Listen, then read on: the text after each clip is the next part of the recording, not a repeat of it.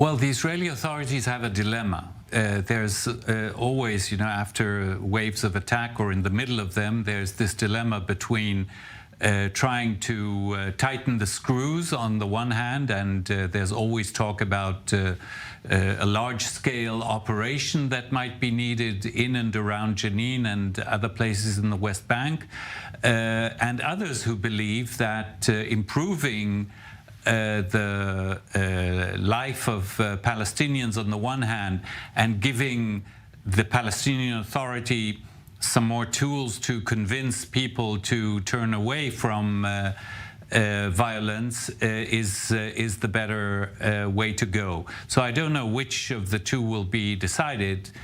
Every time that there's a serious attack on Israelis, there are these voices coming to say, well, this is enough. Now we need a large-scale operation in Jenin, which has clearly become the centerpiece, the sort of central epicenter of terrorist groups, more or less organized.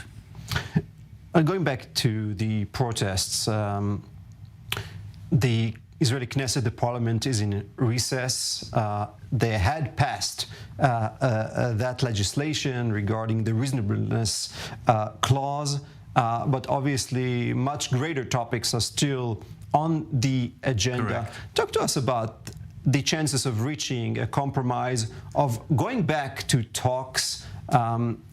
Where is that all standing? Is there willingness from the government? Is there willingness from the opposition? And does the opposition even have the back of the protesters in talking to the government? Well, there's a big issue of trust, obviously. And you're correct to say that it's not just a two-way negotiation between government and opposition. There is a third party, not to these negotiations, but to this situation. It's a triangle. And the third side of this triangle are the protests and the protesters.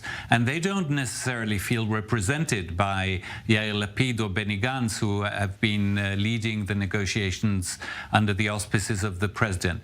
I honestly don't see at this point in time a real chance for resuming talks. I think the next big landmark on this trajectory is the Supreme Court's ruling about the reasonableness law, which is not due before several months.